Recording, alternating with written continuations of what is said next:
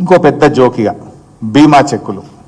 ఇది మంచిగా చూడాలి, మీకు మంచిగా అర్థం కావాలంటే చెప్పి వీడియో చూపిస్తా. ఈ రాష్ట్రంలో మహిళా సంఘాల్లో ఉండేటువంటి మహిళలకు, గ్రూపుల్లో ఉండే మహిళలకు మేము బీమా తెచ్చినాము అని చెప్పి ప్రభుత్వం చెప్పింది. అప్పుడు సంవత్సరం పూర్తయింది కదా. రేవంత్ రెడ్డి ఏడాది పాలన సందర్భంగా ఏం చేసిండ్రు అంటే రాష్ట్ర వ్యాప్తంగా మీటింగులు పెట్టిండు. మహబూబ్ నగర్ లో రైతు సదస్సు అని, వరంగల్లో మహిళా సదస్సు అని రాష్ట్ర వ్యాప్తంగా మీటింగులు పెట్టిండు రేవంత్ రెడ్డి. పెట్టినప్పుడు వరంగల్లో కూడా 17th November 2024 ఒక మీటింగ్ పెట్టిండు. ఏడాది పాలన సందర్భంగా 17th November 2024 మీటింగ్ పెట్టి ఈ మహిళలకు నేను 2042 మంది మహిళలు చనిపోయినరు, 35 కోట్ల రూపాయలు చెక్కిస్తున్నా అని చెక్కిచ్చాడు. ఎప్పుడు ఇది? 17th November 2024 35 కోట్ల రూపాయలు చెక్కిచ్చిండు. మళ్ళీ నిన్న ఒక చెక్కిచ్చిండు. నిన్న ఏమిచ్చిండు అంటే రాష్ట్రంలో ప్రమాదవశాత్తు చనిపోయినటువంటి మహిళలకు బీమా కింద 44 కోట్ల రూపాయలు చెక్కిస్తున్నాను మళ్ళొక నిన్న చెక్కిచ్చిండు. అంటే అది నవంబర్ 2024 ఇచ్చింది 35 కోట్లు. 4 నెలలు అయింది కదా ఇప్పుడు, నవంబర్ టు మార్చ్. ఈ 4 నెలల మధ్య కొంతమంది చనిపోతారు కదా, అవే 9 కోట్లు కలిపి ఇప్పుడు 44 కోట్ల చెక్ ఇచ్చిండు. అంటే పాత చెక్కు పాస్ కాలే, పాత చెక్ అట్లే ఉంది, ఇప్పుడు కొత్త చెక్ ఇచ్చిండు. అంటే దీన్ని బట్టి ఏందన్నట్టు, అప్పుడు నవంబర్ 19 నాడు ఇచ్చిన చెక్కు డమ్మి చెక్ ఇచ్చిండు రేవంత్ రెడ్డి.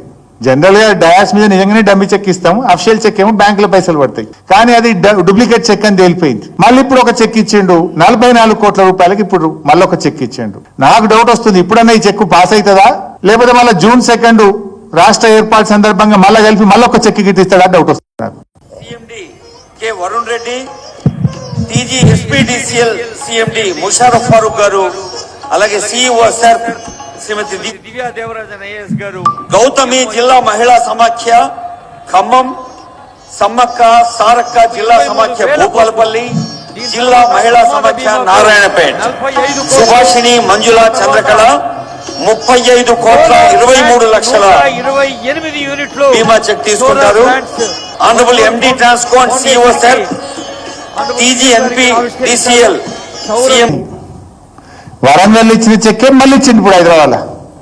అంటే నువ్వు ఎంత మహిళల్ని మోసం చేస్తున్నావు సీఎం గారు? అంటే ఇంతకంటే దివాలాకోరు దిక్కుమాల రాజకీయం ఒకటి ఉంటుందా? ఒక ముఖ్యమంత్రి స్థాయిలో ఇచ్చిన చెక్కులు పాస్ కాకపోతే ఆ ప్రభుత్వానికి, ఆ ముఖ్యమంత్రికి ఏమైనా గౌరవం ఉంటుందా అని నేను అడుగుతా ఉన్నా రేవంత్ రెడ్డిని.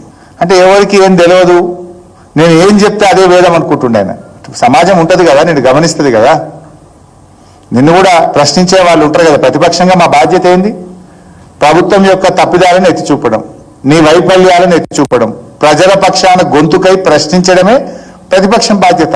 ఇలా చెక్కు ఎప్పుడో పాస్ కావాలి. నీ ప్రభుత్వం వచ్చి 15 నెలలైనా చెక్కు పాస్ కావాలి ఇంతవరకు, మళ్ళీ అదే చెక్ ఇచ్చినావు. నా డౌట్ ఏంటంటే మళ్ళీ 2 జూన్ కూడా ఇంకో చెక్ ఇస్తావేమో, ఈ చెక్కు కూడా బౌన్స్ అవుతుందేమో డౌట్. ఇప్పటికైనా రేవంత్ రెడ్డి గారు కనీసం నిన్న ఇచ్చిన చెక్కునన్నా రేపు సోమవారం పొద్దుగాల పాస్ చేపిమని బట్టి విక్రమ్, ఎందుకంటే కమిషన్ లేకపోతే గవర్నమెంట్లో పైసలు వస్తలేవు, ఈడనేమో కమిషన్ రాదు. ఇదంతా చనిపోయిన కుటుంబాలు. మరి సోమవారం తక్షణమే ఈ బిల్లు పాస్ చేయించాలని చెప్పి కూడా నేను ఆ పేద మహిళల పక్షాన డిమాండ్ చేస్తా ఉన్నా.